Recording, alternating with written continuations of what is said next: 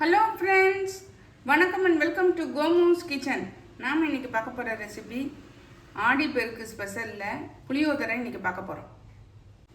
புளியோதரைக்கு தேவையான பொருட்களை பார்த்துடலாமா?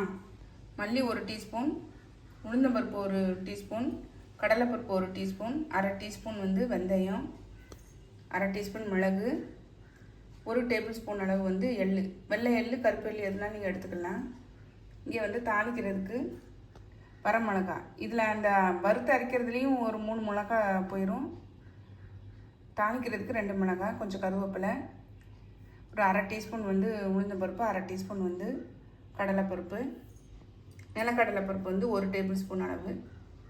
இதில் ஒரு 3/4 டேபிள் ஸ்பூன் ஜீரகம், 1/4 டீஸ்பூன் மஞ்சள் தூள், ஒரு பெரிய எலுமிச்சம்பழம் அளவு புளியை தண்ணியில் ஊற வச்சுருக்கேன், பெருங்காயம், ஒரு அரை டீஸ்பூன் அளவு மண்டை வெல்லம் சொல்லுவோம் இல்லையா, அது.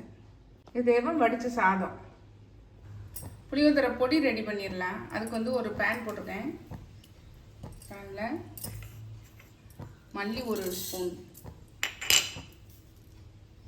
உளுந்தம்பருப்பு 1 ஸ்பூன், கடலைப்பருப்பு 1 ஸ்பூனு, அரை டீஸ்பூன் வெந்தயம். இது எல்லாத்தையும் நல்லா சிம்மில் வச்சுட்டு கருகாமல் வறுத்துக்கலாம். கொஞ்சம் வறுபடட்டும். ட்ரை ரோஸ்டாகவே பண்ணிடலாம்.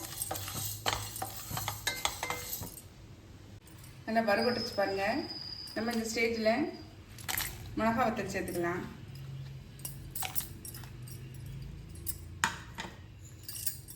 இதுவும் சேர்த்து கொஞ்சம் வறுபடட்டும்.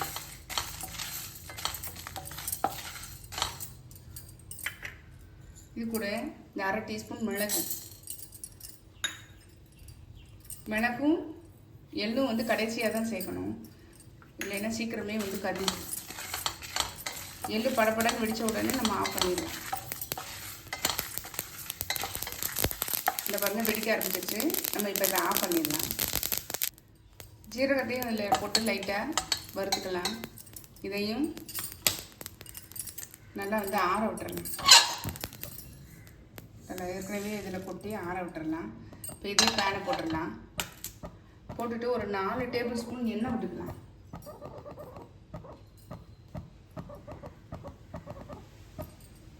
கொஞ்சம் நல்லெண்ணெய் தான் விடணும், அப்போ தான் நல்லா வாசனையாக இருக்கும். கடலைப்பருப்பு சேர்த்துடலாம். நம்ம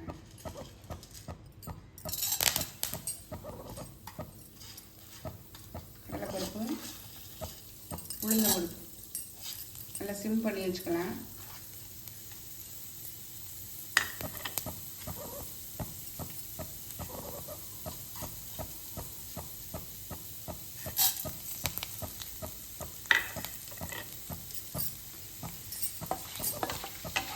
கொஞ்சம் வறுபடட்டும்.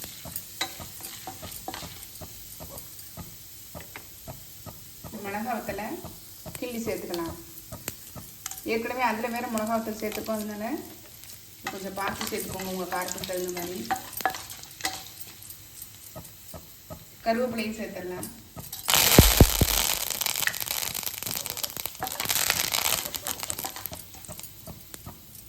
இதில் இந்த நிலக்கடலை இருக்குது பாருங்கள், அதையும் சேர்த்துடலாம். நிலக்கடலை வறுத்ததுனால தான் நான் கடைசியாக சேர்த்துருக்கேன். நீங்கள் வறுக்கலைன்னா முதலே சேர்த்துருங்க. நம்ம இந்த ஸ்டேஜில் நல்லா சிம் பண்ணிவிட்டு இந்த மஞ்சள் தூள் இருக்கு பாருங்கள், அதை கொஞ்சம் சேர்த்துடலாம்.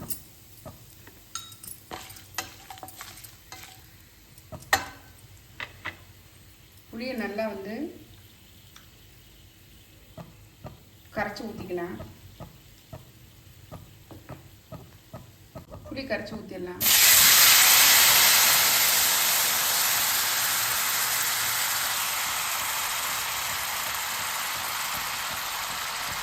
ஒரு கப்பு அளவு தண்ணி இருந்தால் போதும்.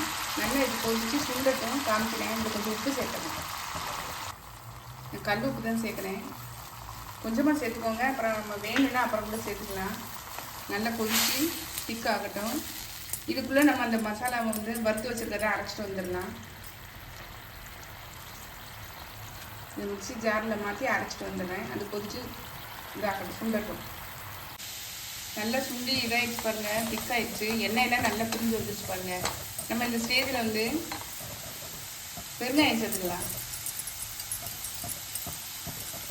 நல்லா வந்து சுண்டி எண்ணெய் பிரிஞ்சு வந்துருச்சு பாருங்க. நல்லா அடிக்கணமான பாத்திரம் போட்டோம்னா இந்த மாதிரி வந்து நல்லா பிரிஞ்சு வந்துடும். எண்ணெய் மட்டும் தனியாகவும் இது தனியாகவும் வந்துருச்சு பாருங்க.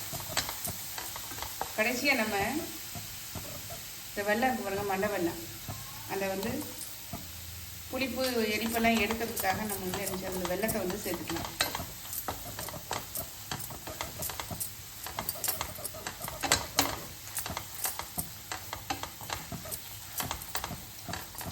நம்ம இப்போ இதை வந்து அடுப்பை ஆஃப் பண்ணிடலாம். நான் இந்த பவுடரும் வந்து திரிச்சிட்டு வந்துட்டேன் பாருங்கள். ரொம்ப நைஸாகவும் இல்லாமல் ரொம்ப குறகுறப்பாக இல்லாமல் ஓரளவு வந்து திரிச்சிட்டு வந்திருக்கேன். இப்போ இதையும் நம்ம இருக்கட்டும் பார்க்கலாம். இப்போ அடுப்பை இறக்கிடலாம். இதை சாதம் வடித்து நல்லா ஆரச்சு வச்சுருக்கேன். இதில் கொஞ்சம் நல்லெண்ணெய் விட்டுக்கலாம். நல்லெண்ணெய் சூடோடு நல்லெண்ணெய் விட்டிங்கன்னா நல்லா ஒன்றோட ஒன்று ஒடிச்சிடும். ஆறுனதுக்கப்புறமா நல்லெண்ணெய் விட்டு நல்லா இது மாதிரி கலந்து விட்டுக்காங்க. இப்போ நம்ம வந்து இந்த பவுடரை சேர்த்துக்கலாம். மசாலா பவுடர் இருக்கு இல்லையா, புளியோதரை பவுடர், மசாலா பவுடர், அதில் வந்து ஒரு டேபிள் ஸ்பூன் அளவு இதில் சேர்த்துடலாம்.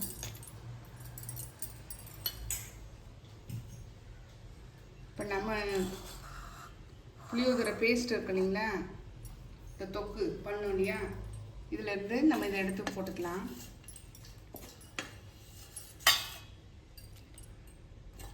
தேவையான அளவு போட்டுட்டு நம்ம நல்லா கிளறி விட்டுடலாம். கொஞ்சம் கொஞ்சமாக போட்டுக்கோங்க. நல்லா அப்படியே மிக்ஸ் பண்ணிடலாம்.